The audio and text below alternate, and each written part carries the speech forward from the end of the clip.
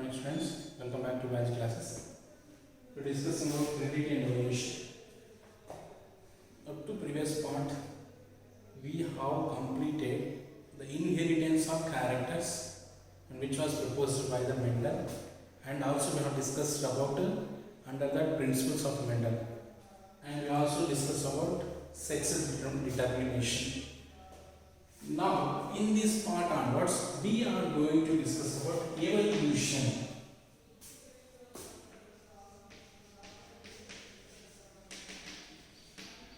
So, what is evolution? So, we are discussing about evolution. So, what is evolution? Evolution is nothing but continuous changes that involves in adaptability, and also in complexity and functional efficiency in various organisms or various species is called as evolution. So what is evolution means? Evolution is continuous changes that involves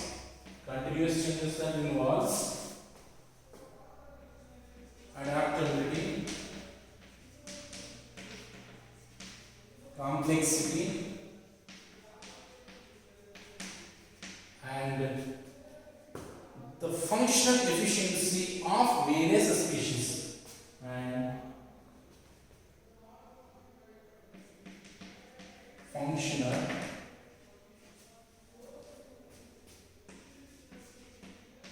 efficiency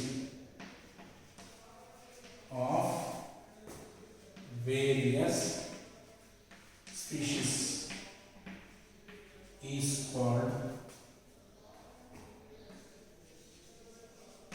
evolution. So what is evolution? Simply being called formation or origin of new species. That is simply being called as evolution. So what is evolution means? Continuously bringing changes, and these changes that leads to adaptability means survivability chances, and complexity means development of organism in different conditions to survive, and functional efficiency means according to the conditions to carry out different functions by our body, and these all together helps in various organisms to survive, and what we can call as evolution. And this evolution can be studied by evolutionary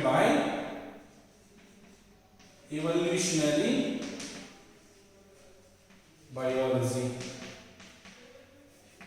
It is studied by evolutionary biology, and the evolution is also called as organic evolution by Charles Darwin.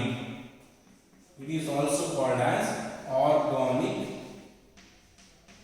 evolution by Charles Darwin. Now, if you observe, according to Mendel, we have discussed that the traits or the characteristics are transferred from one generation to another generation that helps in organism to survive according to the condition. That is, we have learned. Is it or not?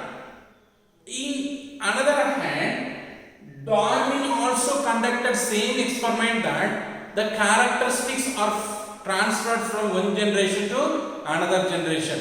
Even though they conducted same experiment, but they don't know each other.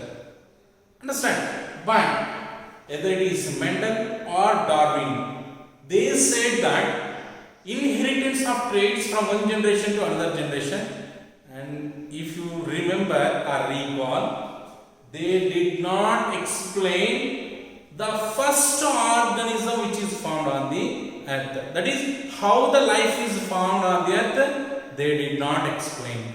Is or not? So, either Darwin or Mendel, whoever it is, Mendel or Darwin, even though they conducted experiments individually without any knowledge about the both of them, but they said the traits or characteristics were inherited, but they did not explain how the life is formed on the earth.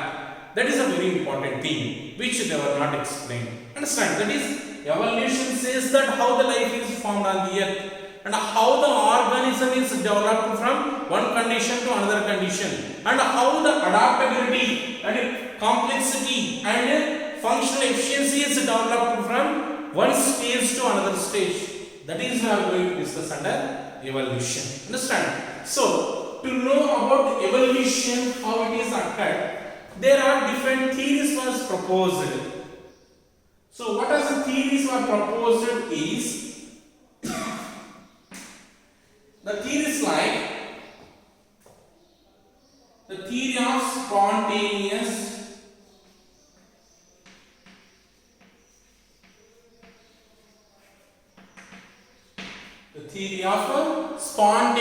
generation. This is one theory proposed, and another theory like biogenesis, theory of biogenesis. This is another type of theory. Theory of cosmozoic, that is another type of theory, and also we can see that theory of special creation is another type.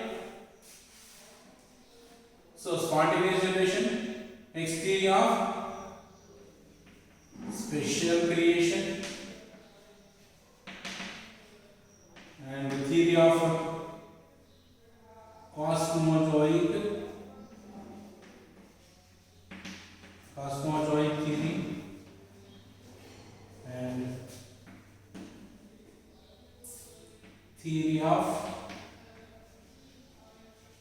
biogenesis, and chemical theory of life, theory of chemical origin.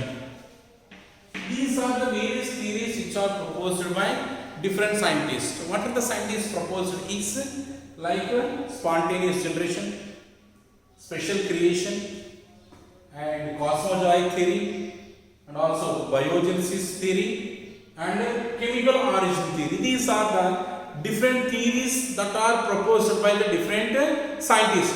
But out of these theories, the chemical origin of life, the theory is nothing but the chemical origin of life was widely accepted. Understand? Now let us discuss about the chemical origin of theory.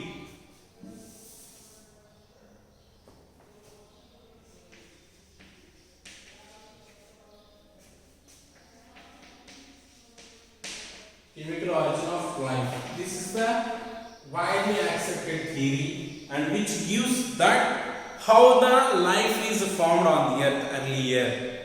And this chemical theory is saying that earlier on the earth the chemical substances are formed.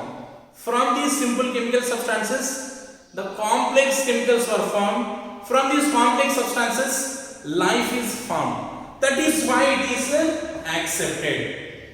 How it is explained like that? Because of earlier we came to know that the earth is molten particle of gases. Is it or not? It is a hot ball of gases, and from these gases and different types of elements that are found, they were according to the rate they settled or they occupied different place of the earth. Understand? The heavy metals or heavy substances, they were occupied the center of the earth. Some better light, they were upper surface of the earth, and light substances like hydrogen, nitrogen, carbon, oxygen, these are found as a free state in the atmosphere. That is what we can see, that free inorganic substances were found earlier on the earth. That's what the chemical theory is saying. So this chemical theory was proposed by Haldane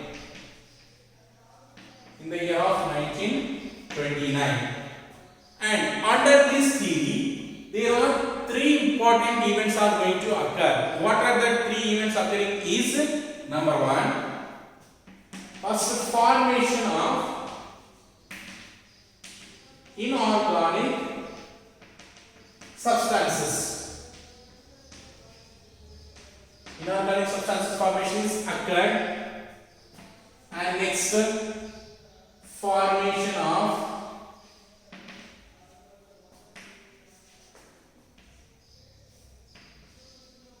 complex organic substance, that is formation occurred. And formation of compound substance like life. In this way, the chemical theory explained the origin of life. So, Haldane in the year of 1923, he said that Earth is a molten substance which is having different elements and the gases. So, these different gases that are found in the atmosphere, they were reacted together by the thunders and lightning. Understand? By the thunders and lightning, these the free substances that are found in the atmosphere of the earth, they reacted themselves and they form as simple inorganic substances. So, what are the simple substances are found in the atmosphere earlier is like carbon dioxide. So, what are present? Carbon dioxide is present, hydrogen, nitrogen, oxygen. These are the simple substances that are found in the atmosphere. Due to the thunders and lights, so due to the heavy rain condition, these thunders and lights allows the interaction in between these free substances in the atmosphere, and these free substances by themselves reacting and they formed as inorganic substances like, what are the inorganic substances are formed is like amino acids are formed, glucose is formed, fatty acids are found,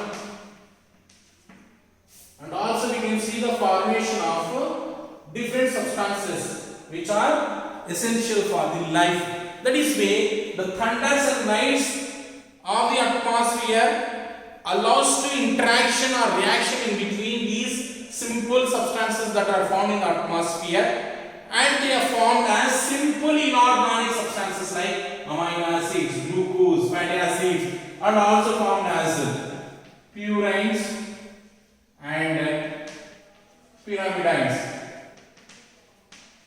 In this way, simple inorganic substances are formed due to the lightning and thunder. Why? Because energy is required to carry out a reaction. So that energy is supplied by these thunders and lights. Now, after the formation of inorganic substance from simple substance, what is going to occur is the formation of organic substances. That is, the second process is occurred. So, from these amino acids, again due to the force which is acted by the thunders and lights, and also due to the heavy rain, that all the things and also the gravitational force of the earth, all these together make the interaction of all the amino acids which are found in the atmosphere to form as protein substances. To form as proteins. In the same manner, the glucose, all the glucose substances are react together form as starch, and all the fatty acids react together to form as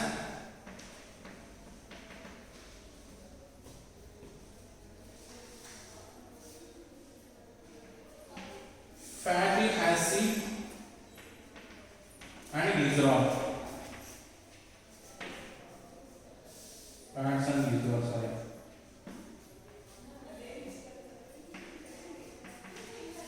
And these purines and pyrimidines,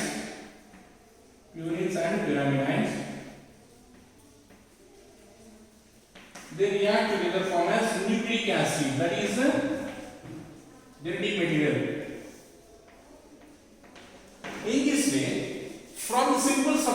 like amino acids, glucose, fatty acid, as well as purines and pyrimidines, due to the forces like thunder and light that allows them to interact or react to form as organic substance like amino acids together form as proteins, glucose molecules together form as starch, fatty acids together form as fats and glycerol, and purines and pyrimidines they together form as nucleic acids. In this way we can see the formation of organic substances.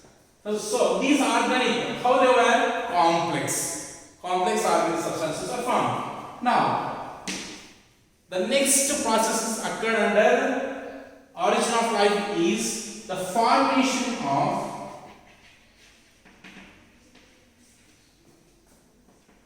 compound substance.